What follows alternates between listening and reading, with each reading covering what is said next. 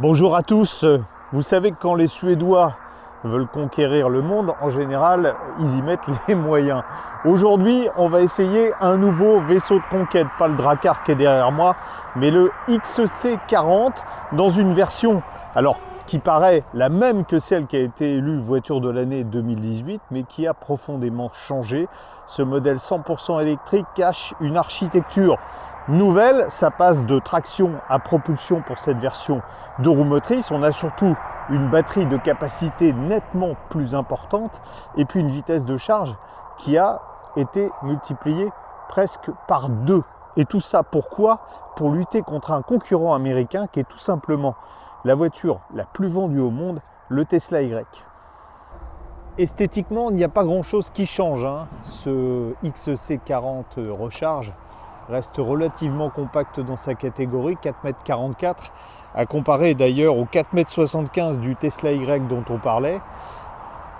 Ce qui évolue très légèrement, ce qui avait déjà fait l'objet d'une évolution, sont ces feux avant qui reprennent le dessin du marteau de Thor, bon, la calandre fermée qui est typique des modèles électriques, et puis des jantes avec un dessin, des jantes de 19 pouces, avec un dessin nouveau qui favorise l'aérodynamisme.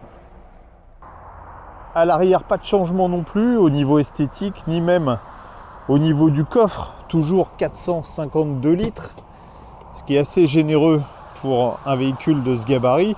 Et surtout, comme on est passé de la traction à la propulsion, on aurait pu imaginer que le moteur électrique aurait pris de la place, ça n'est pas le cas. On a même ce petit logement pour ranger les câbles de charge.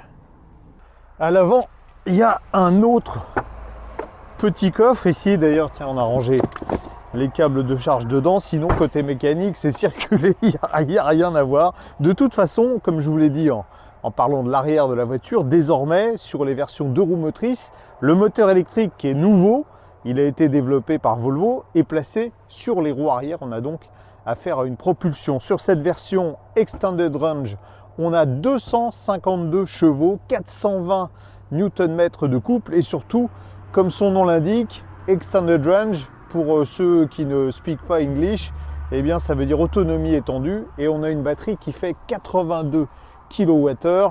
Ça devrait nous autoriser une autonomie, alors selon le constructeur, supérieure à 500 km, mais en tout cas, entre 300 et 400, c'est presque certain. À l'intérieur, ça change encore moins qu'à l'extérieur. Cela dit, moi j'aime bien la simplicité relative des Volvo et la qualité de fabrication qui n'est pas mauvaise du tout. Il y a quand même quelques défauts, c'est toujours les mêmes puisque je vous ai dit que rien ne changeait.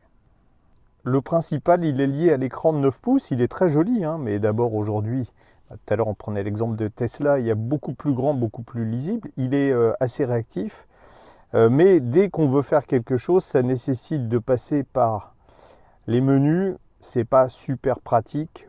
Par exemple, si vous voulez, je vous ferai tout à l'heure la démonstration de la conduite une seule pédale. Pour la conduite une seule pédale, vous voyez, il faut passer par des menus, des sous-menus. Elle est ici, hein. Donc on peut l'activer automatique. Je vais l'activer, je vous fais la démonstration juste après. On peut évidemment reporter une partie de l'affichage au niveau des compteurs, en particulier le GPS. Navigation qui fait appel à Maps de Google, sans doute ce qu'on trouve de plus efficace aujourd'hui, et puis une reconnaissance vocale qui marche très bien aussi. Planifier itinéraire vers Bruxelles. Le lieu, Bruxelles, se trouve à 3h46 de route de votre position dans une circulation fluide. Voilà, donc ça nous permettra, vous avez vu, de faire une recharge très rapide sur une borne 300 kW. Donc un planificateur d'itinéraire qui est assez précis, assez efficace.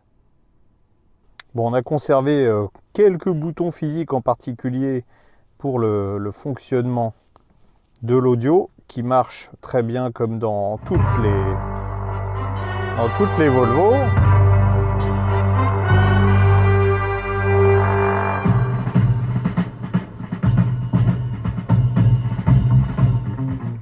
L'espace aux places arrière est généreux compte tenu de la taille et on n'a pas de problème de garde-autoir dans cette version XC, contrairement à la version coupée, c'est 40. C'était déjà une qualité que j'avais particulièrement appréciée sur la XC40 4 roues motrices bimoteur que j'avais précédemment essayé, elle aussi électrique, c'est la douceur de roulement. Pourtant, on a des roues de 19 pouces, donc assez généreuses, et malgré ça, on n'est pas du tout secoué. Là, on est sur une petite route de l'Oise qui est tout sauf bien goudronnée. Et vous voyez, on n'est pas secoué du tout. C'est même assez pullman comme confort. Ça sera vraiment la première qualité de la voiture. Et c'est pas la seule, il y en a une autre. Et c'est lié à l'usage de la pédale de droite. Lié à la pédale de droite, on a la fameuse conduite One Pedal. Regardez, si je relâche l'accélération, on a un frein moteur qui est très puissant, qui va jusqu'à l'arrêt. C'est ce que j'avais configuré tout à l'heure. C'est d'ailleurs la seule possibilité qu'offre Volvo en termes de choix de style de conduite. Ici, pas de position sport, position normale, position éco. Vous avez soit la conduite en roue libre ou presque, soit du freinage régénératif très puissant jusqu'à l'arrêt du véhicule. Le vrai truc magique avec la pédale de droite, c'est qu'on a 252 chevaux, c'est pas mal, mais on a surtout 420 Nm de couple, et 420 Nm de couple, quand vous écrasez le champignon, ça devient un champignon hallucinogène. J'attends que ce soit un tout petit peu dégagé. Vous allez voir. Regardez. Hop. On est vraiment collé au siège. Ça accélère très fort dès le départ. Ça sera un gage de sécurité pour les dépassements. C'est surtout très plaisant parce que quelle que soit l'allure à laquelle on appuie, ça répond instantanément. Quand on arrive dans les virages, évidemment, il y a les un peu plus de 2 tonnes même. Je crois que c'est 2 tonnes 30 pour cette version. Et les pneus 4 saisons qui n'aident pas trop. Bon, ça tient quand même très bien, vous voyez, dans les changements d'appui, on sent qu'il y a du poids, mais c'est pas du tout piégeux. C'est plus les pneumatiques qui sont en train de crier leur détresse. Mais sinon, la voiture semble quand même peut-être même plus efficace que la version traction, ce qui serait pas étonnant. Voilà, et aucun risque, du moins sur le sec, de faire déboîter le train arrière. 110 km/h micro d'ambiance de la caméra pour tester le niveau sonore à bord de ce Volvo. On est à 65,4 décibels, c'est pas ce qu'il y a de mieux dans la catégorie, mais on va préciser que notre voiture est équipée de pneus 4 saisons, des Michelin Cross Climate 2, et normalement ces pneus sont un peu plus bruyants que des pneus été. Donc si on était en pneus été, on aurait sans doute une valeur légèrement meilleure. Bon, cela dit, vous l'entendez, c'est pas catastrophique du tout, ça reste une voiture silencieuse.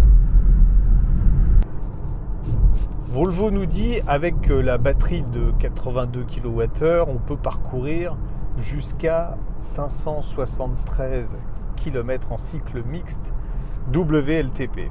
Voilà, verdict, on a fait 216 km, il nous reste 45% de capacité de batterie, avec une consommation moyenne de 20,1 kWh au 100 km. On est loin du compte, ça veut dire que là, en gros, on ferait au grand maximum 400 km, et pourtant on n'a pas fait d'autoroute à 130, on a fait de la voie rapide à 110, et ce qu'on remarque, c'est dès qu'on augmente un peu le rythme, dès qu'on dépasse les 100 km/h, la consommation augmente assez vite. À 110 km/h, on était à 24 kWh au 100 km. On n'est pas tout à fait dans la même cour que la Tesla Y au rayon autonomie, même si les autonomies normalisées sont proches l'une de l'autre. En particulier, la Tesla consommera beaucoup moins sur autoroute. Donc, comme pour ces modèles précédents, Volvo est très optimiste en matière d'autonomie, mais on ne va pas trop se plaindre parce que là, 400 km, c'est déjà quand même bien. L'avantage d'avoir une grosse batterie, outre le fait que sur la version à autonomie étendue, on a une puissance légèrement supérieure grâce à la batterie qui est également plus puissante, c'est que on peut autoriser de la charge plus rapide, toujours lié à la puissance supérieure de la batterie. Là, on a trouvé, c'est quand même assez rare, une borne en combo CCS qui délivre jusqu'à 300 kW. Ça va nous permettre de faire le plein avec une vitesse de charge qui, sur ce modèle, est passée par rapport à l'ancienne génération de 150 à 200 kW maxi. Est-ce qu'à l'image des Drakkar d'antan, ce Volvo XC40 Extended Range va conquérir le monde, du moins le monde occidental? Écoutez, il aurait pu en avoir les moyens. À un détail près, sa consommation énergétique qui est un peu supérieure au principal concurrent qu'on avait cité en début de sujet, c'est-à-dire le Tesla Y. Volvo nous promet avec les 82 kWh, plus de 550 km d'autonomie. C'est vraiment très optimiste. Vous avez vu, on peut tabler sur 400. Pour le reste, c'est une voiture qui est extrêmement agréable à conduire, qui est confortable. Et puis surtout, Volvo a fait un effort qui est non négligeable en termes de tarifs. Cette version qui est mieux sur tous les points que l'ancienne génération est proposée à un tarif à peine supérieur. Cette version de base qui s'appelle Start coûte 53 550 €. Certes, à ce tarif-là, on n'a pas de bonus écologique, mais c'est assez compétitif par rapport au modèle concurrent.